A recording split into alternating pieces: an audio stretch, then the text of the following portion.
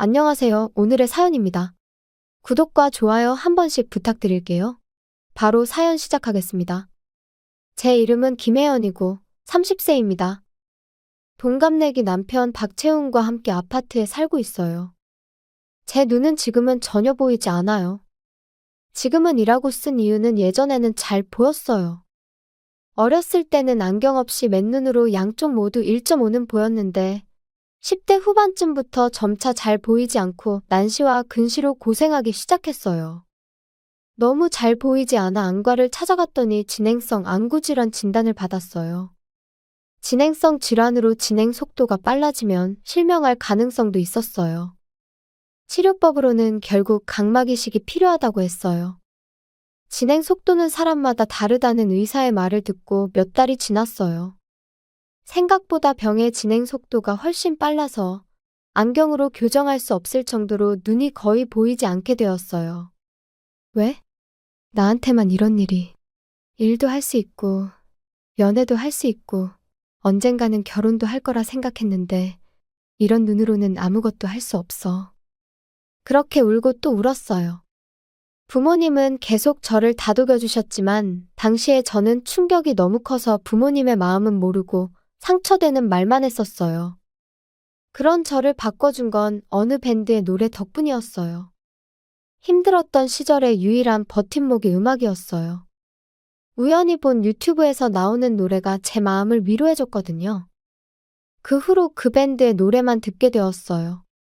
힘을 얻는 것 같았고 점점 생각도 긍정적으로 바뀌게 되더라고요. 아빠, 엄마, 그동안 미안했어요. 이제부터는 저 혼자서도 잘 살아갈 수 있도록 노력할게요. 그동안 방황하던 제가 이런 말을 하니 부모님은 많이 놀라신 듯 했지만 앞으로 포기하지 말라고 말씀해 주셨어요. 그때부터 열심히 공부했어요. 시각장애가 있어도 일을 하기 위해 여러 가지 준비를 시작했어요. 그리고 제 마음을 어루만져준 밴드의 공연도 보러 다녔어요. 눈이 보이지 않아도 음악은 즐길 수 있잖아요. 그 공연장에서 지금의 남편을 만났어요. 공연을 마치고 돌아가는 길에 저는 흰 지팡이를 짚고 공연장을 나가려고 했어요. 그런데 작은 단차를 발견하지 못하고 넘어질 뻔한 거예요. 그때 누군가가 넘어지기 직전에 저를 붙잡아 주셨어요. 순간적으로 무슨 일이 일어났는지 알 수 없었지만 어쨌든 저는 넘어지지 않았어요. 도와주신 분에게 고맙습니다. 덕분에 넘어지지 않았어요. 라고 감사 인사를 전하자. 아닙니다. 괜찮으세요? 괜찮아요. 덕분에 안 다쳤어요. 어디로 가시는 중이셨어요? 만약 전철로 가시는 중이었으면 역까지 모셔다 드릴까요? 딱히 다른 곳으로 데려다 주려고 하는 건 아니에요. 정말 역까지만. 조금은 조급한 듯이 말하는 모습이 재미있어서 저도 모르게 웃음이 나왔어요. 그럼 여기까지만 부탁할 수 있을까요? 이 사람이라면 믿어도 될 것 같다는 생각이 들었어요. 이렇게 시작된 만남이 결혼으로까지 발전하게 된 거죠. 공연장에서 만난 그와 몇 번 차를 마시거나 밥을 먹게 되었어요. 제 눈에 대해 가장 먼저 설명해 줬어요. 지금은 각막 이식을 기다리고 있다는 것도요. 요즘은 시대적 상황 때문에 몇 년 전보다 각막 이식 건수가 줄었어요. 그는 제가 눈이 보이지 않는 것에 대해 전혀 신경 쓰지 않는다고 했어요. 처음에는 친구로서 정말 친하게 지냈어요. 눈이 나빠지고 나서 새로 친구를 사귄 것은 처음이라서 저는 무척이나 기분이 좋았어요. 게다가 친구로서 만나다가 그가 사귀자고 고백을 했어요. 저는 눈이 보이지 않게 된 후 연애는 불가능할 거라고 생각하고 포기하고 있었거든요. 직장을 구한 것만으로도 감사하고 좋아하는 밴드의 라이브에 갈 수 있는 것만으로도 행복한 삶을 살고 있다고 생각했어요. 그런데 고백을 받다니. 저기, 나는 눈이 안 보이잖아. 그래도 괜찮아? 저는 이 질문을 여러 번 했어요. 그때마다 그는 그런 거 신경 안 써. 오히려 각막 이식 수술 차례가 돼서 눈이 보이게 되었을 때 내 얼굴을 보고 실망하지 않을까 그런 생각만 하고 있어. 라며 농담을 섞어가며 제 마음을 가볍게 해주었어요. 그렇게 우리는 사귀기 시작했어요. 남자친구의 부모님은 그가 어렸을 때 이혼하고 어머니와 둘이서 살아왔다고 해요. 그래서 어머니에게 인사를 드리러 가기로 했어요. 무슨 말을 들을까? 만약 사귀는 것조차 반대하면 어쩌지? 불안함이 컸지만 막상 만나보니 오늘 잘 왔어. 이렇게 만나서 이야기 나누는 나를 기다렸어. 표정은 볼 수 없었지만 목소리만 들어도 나쁜 사람은 아니라는 걸 느낄 수 있었어요. 첫인상처럼 친절하고 상냥하고 제 이야기도 잘 들어주시고 정말 좋은 사람이었어요.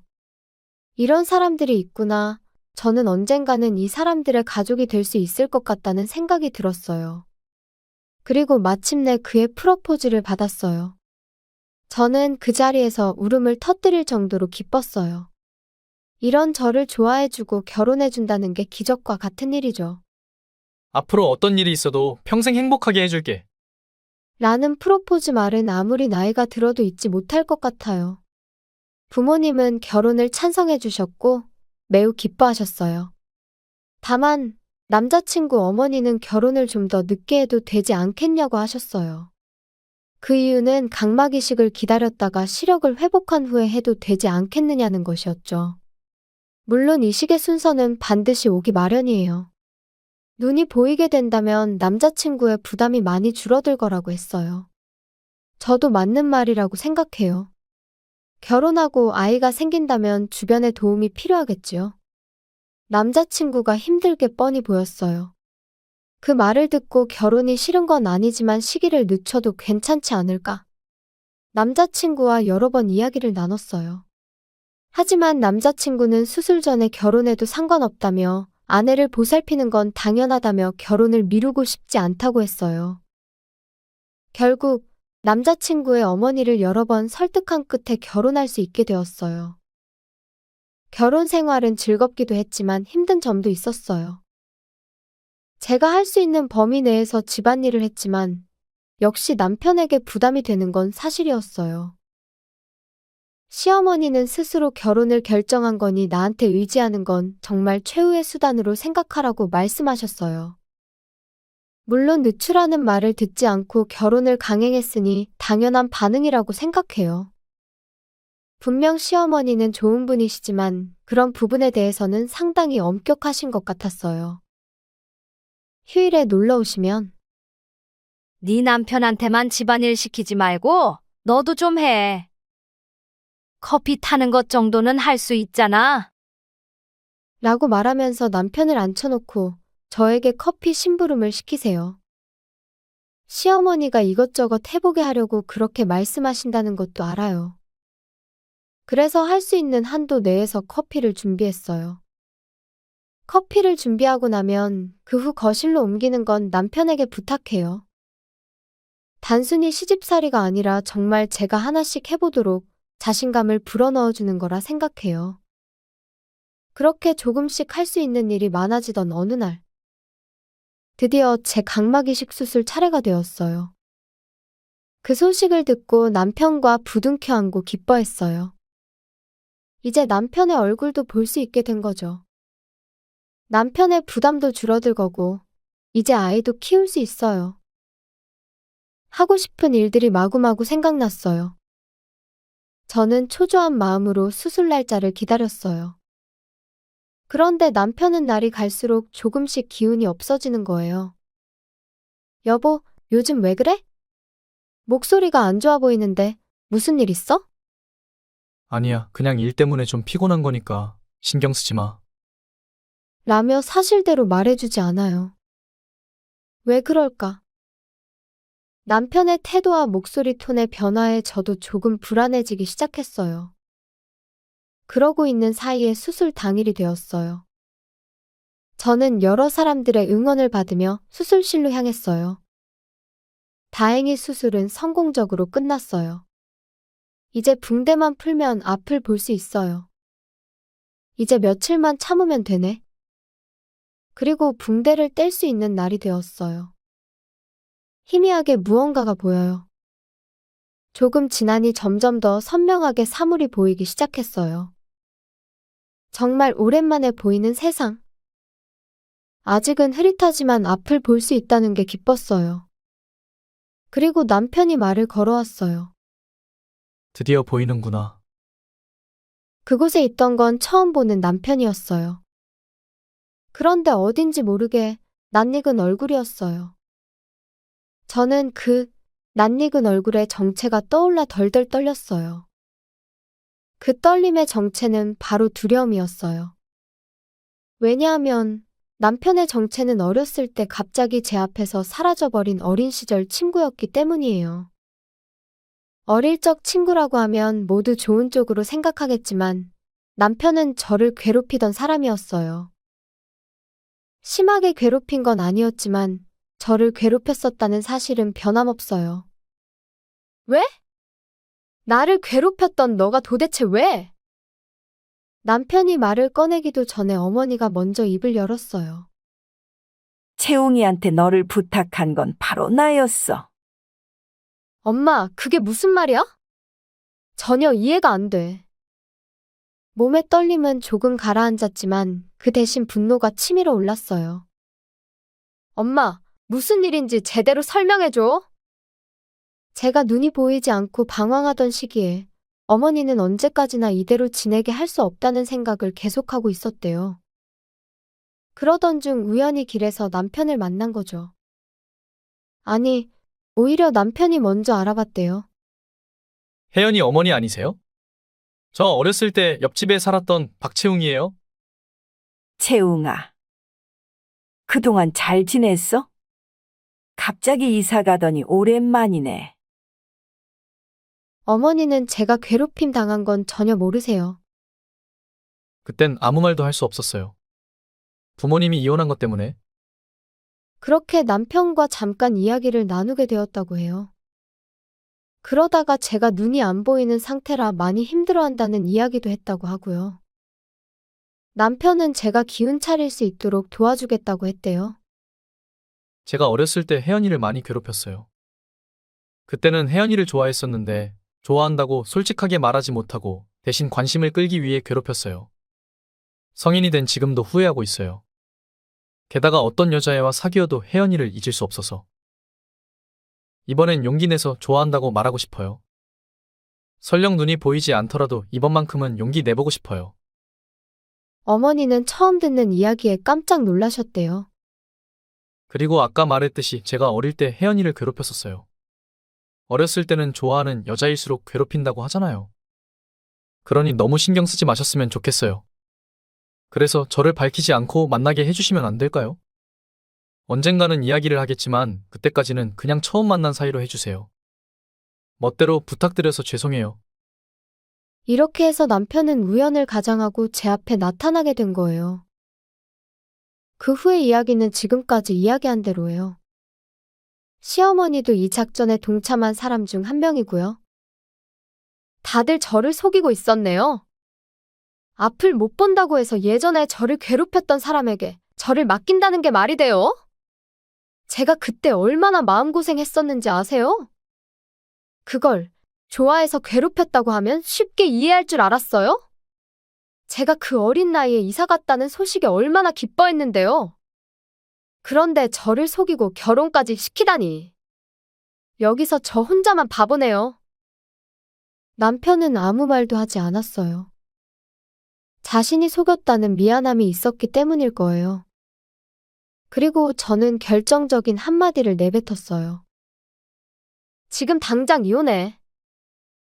그러자 지금까지 아무 말도 하지 않던 아버지가 다가와서 제 뺨을 때렸어요. 찰싹하는 소리가 났어요. 저는 지금까지 아버지에게 맞은 적이 한 번도 없었어요. 아버지는 조용히 말하기 시작했어요. 박서방이 너를 많이 괴롭혔던 것 같구나. 하지만 다시 만나고 나서 박서방이 얼마나 널 위해 노력했는지 잊지는 마. 앞이 보이지 않는 너를 위해 얼마나 고생했는지 알지? 아무리 사소한 일이라도 최선을 다해 도와주었던 거 몰라? 분명 혼자 사는 게 더 편할 텐데도 불구하고 너와 결혼한 거잖아. 물론 속인 게 안 나쁘다는 건 아니야. 하지만 그렇게 쉽게 이혼을 말하는 건 좀 아닌 것 같다. 진정하고 박서방 말도 좀 들어보고 하는 게 어때? 아버지는 어머니와 시어머니를 데리고 병실에서 나갔고 남편과 저만 병실에 남았어요. 남편이 겨우 입을 열었어요. 정말 속여서 미안해. 괴롭혔던 과거가 사라지진 않겠지만 너와 새로운 마음으로 행복하게 살고 싶었어. 그게 내 진심이었으니까. 내가 속인 건 사실이니 이혼하길 원하면 따르도록 할게. 남편은 슬픈 표정으로 말했어요. 눈이 보이면 남편의 웃는 얼굴을 볼 수 있을 거라고 생각했는데 이런 얼굴을 보려고 했던 건 아니었는데 복잡한 감정이 느껴졌어요. 이런 마음이 든다는 건 내가 남편을 용서했다는 뜻인가? 저는 스스로에게 물어봤어요. 내가 이혼 신고서 받아올게. 이런 건 빠르면 빠를수록 좋잖아? 남편은 이제 저와의 결혼 생활을 그만두려는 것 같았어요. 아직 마음 정리가 되지 않았는데. 잠깐만. 조금만 더 시간을 줘. 남편은 제 말에 따라 잠시 기다려줬어요. 예전에 처음 만났다고 생각한 날, 아니, 오랜만에 재회한 날. 그때부터 남편은 항상 제게 힘이 돼주고, 어떤 상황에서도 저를 위해주고, 싫다는 말 한마디 없이 곁에 있어줬어요. 가만히 생각해보니 앞으로의 인생에서 남편이 없는 건 더 상상할 수 없을 것 같다는 생각이 들었어요. 어린 시절의 일을 완전히 잊거나 용서할 수는 없을 것 같지만 그보다 남편은 저를 위해 많은 걸 해줬어요. 그렇게 생각하니 이혼을 외쳤던 저 자신이 왠지 부끄러워졌어요. 남편의 슬픈 표정을 보는 건 눈을 떠서 하고 싶은 일에 없었던 거였거든요. 저는 남편에게 앞으로 평생 나를 행복하게 해줄 거지? 당연하지.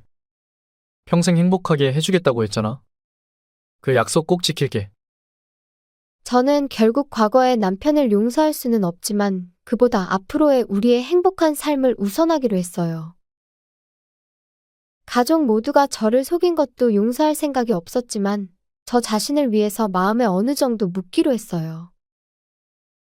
그리고 눈이 보이면 하고 싶은 일 중 하나였던 이세에 대해서도 생각하게 되었고 임신도 시도했어요. 그리고 둘 다 몸은 건강해서인지 의외로 빨리 뱃속에 천사가 생겼어요. 앞으로 우리 세 가족이 계속 행복했으면 좋겠네요. 시청해주셔서 감사합니다. 그럼 다음 영상에서 다시 뵙겠습니다.